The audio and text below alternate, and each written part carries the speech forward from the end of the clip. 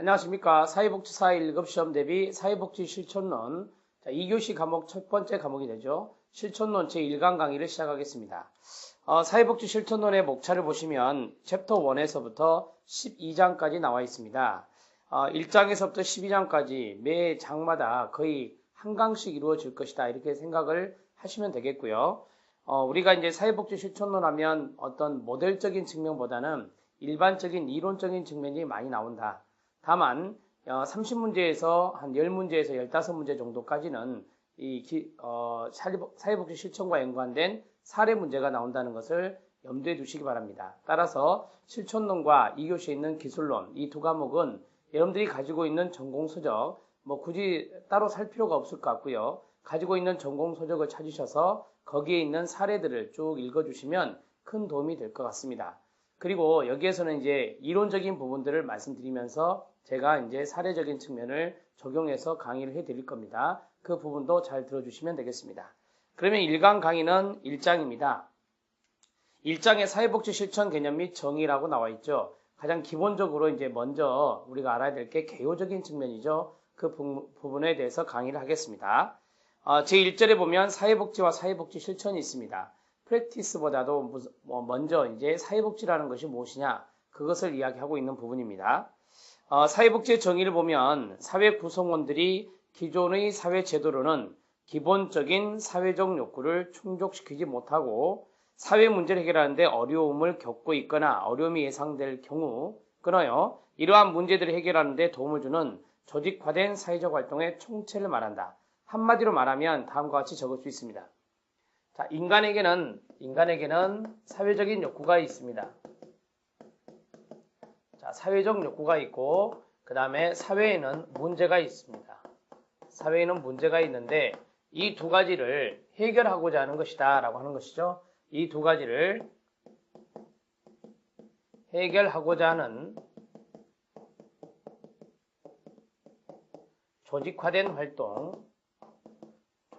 활동을 우리가 소셜 웰페어, 사회복지다 이렇게 이야기하는 것입니다. 이렇게 잡아주시면 될 것 같습니다. 자, 그 다음에 두 번째 학자별 정의가 있습니다. 여러 학자가 있겠지만 여러분들이 프리드랜드와 로마니신 이 정도는 좀 기억을 해주시고요. 나머지는 여러분들이 가지고 있는 전공서적을 참고해 주시면 됩니다. 여기서 프리드랜드를 먼저 보겠습니다. 사회복지란 국민들의 복지에 기본적으로 인정된 사회적 욕구를 충족시키고 나와 있죠? 사회적 욕구를 충족한다. 그 다음에 사회 질서의 회복을 위하여 사회 질서의 회복이 뭐겠습니까? 사회 문제가 해결되었을 때 사회 질서는 회복될 수 있는 겁니다. 모든 급여와 서비스를 확보하거나 강화시키는 법률과 프로그램, 급여 및 서비스 체계를 말한다.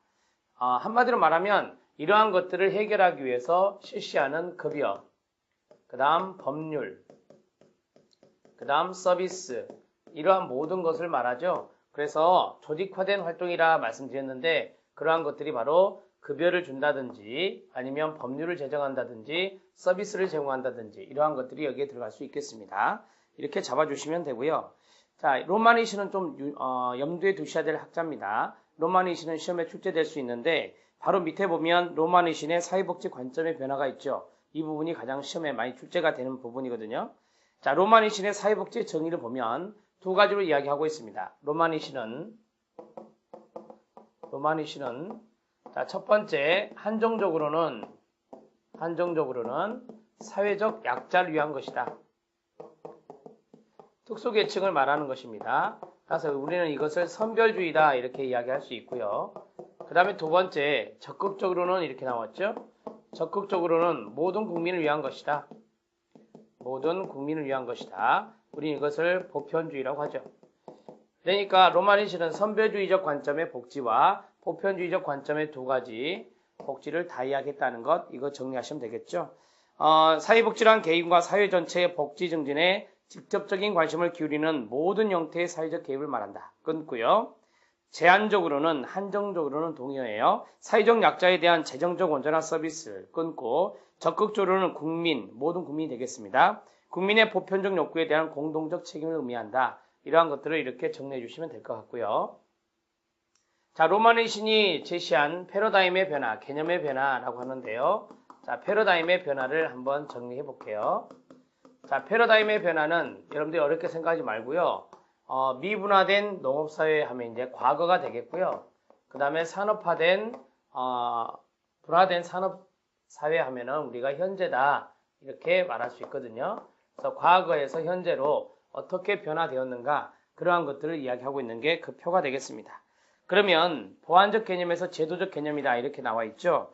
여러분, 여기 있는 내용이 쭉 있는데 더 많은 내용을 써드리겠습니다. 여러분들이 아시는 대로 예전에는 선별주의였습니다. 그랬죠? 선별주의였는데 지금 현재는 보편주의적 시각을 갖고 있어요.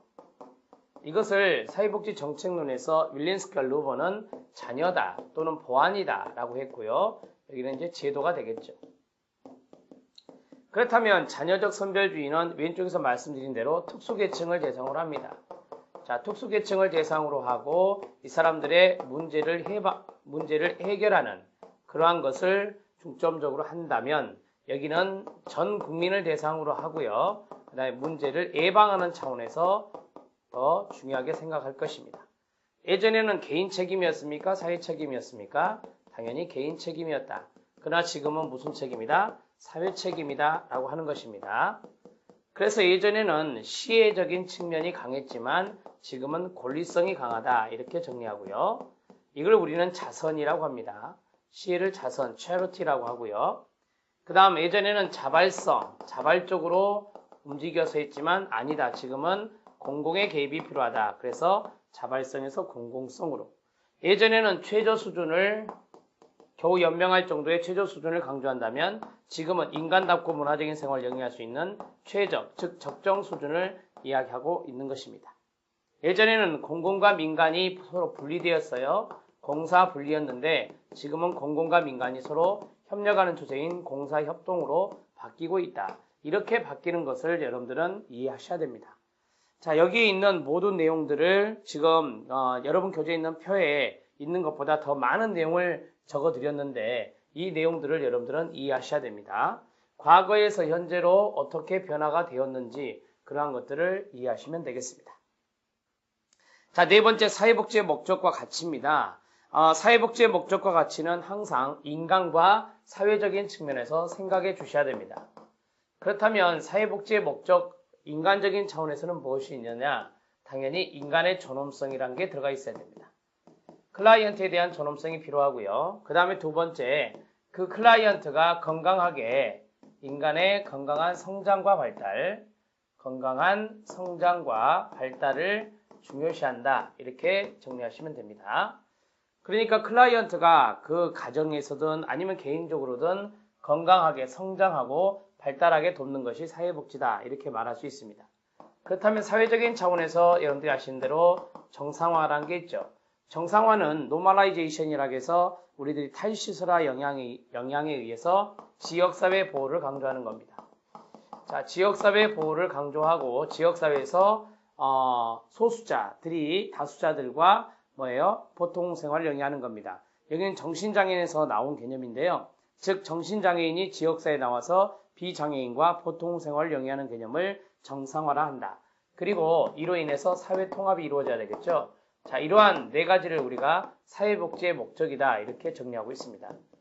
사회복지의 목적, 이해는 충분히 되시죠? 인간에 대한 존엄성은 기본적인 것이고요. 인간이 건강하게 성장하고 발달하는 것, 그 다음에 정상화, 그 다음 이로 인한 사회통합, 이러한 것들이 주된 목적이 되겠습니다. 이러한 내용들을 중점적으로 이해해 주시면 되겠습니다. 자, 가치입니다. 이 가치는 뒤에 또 나오겠지만 사회복지의 가치는 인간을 존중하며 인간의 복지를 어떻게 중요시하고 있는가를 결정하는 그 나라의 유력한 철학과 불가분의 관계가 있습니다. 그렇죠. 어떠한 철학적인 것이 가치적인 요소로 나타나니까요. 우리가 가치하면은 가치관의 개념을 생각해 주시면 됩니다. 자, 프리드 랜더가 제시한 게 있죠. 그게 네 가지의 가치인데 다음과 같이 또 정리해 볼 수 있습니다. 자, 프리드 랜더의 가치입니다. 자, 프리드 랜더의 value, 가치 네 가지는 자존연기라고 외우시면 됩니다. 자존연기. 여러분, 이거 암기법이 어쩔 때는 여러분들에게 많은 도움이 될 수 있어요. 시험장에서. 암기법이 있으면 항상 여러분들이 따로 노트에서